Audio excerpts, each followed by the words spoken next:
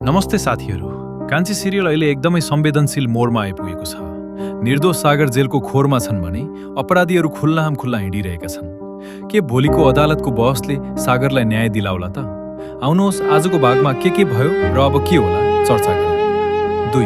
आजको मुख्य घटनाक्रम, कान्छीको सङ्घर्ष र भिडन्त। आजको भागमा कान्छी आफ्नो श्रीमानलाई बचाउन हर प्रयास गरिरहेकी देखिए। बाटोमा उनले पीडित बालिकाको बुबालाई भेटिन्, जहाँ निकै भावुक र चर्काचर्की संवाद भयो। बालिकाको बुबाले सागरलाई नै दोषी देखिरहेका छन् भने कान्छीले रुँदै मेरो श्रीमान निर्दोष हुनुहुन्छ, हामी मिलेर असली अपराधी खोजौँ भन्दै बिन्ती गरेको दृश्यले धेरैको मन छोएको छ।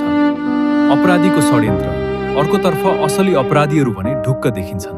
उनीहरूले सेटिङ मिलाइसकेको र आफूहरूलाई कसैले छुन नसक्ने घमण्ड गरिरहेका छन्। यसले के देखाउँछ भने सागरलाई फसाउन ठुलै शक्ति लागेको छ। मित दाईमाथि आक्रमण। सागरको निर्दोषिताको प्रमाण खोज्न हिँडेका मित दाईमाथि गुण्डाहरूले आक्रमण गरे। यसले अपराधीहरू कतिसम्म खतरनाक छन् भन्ने प्रष्ट पारेको छ।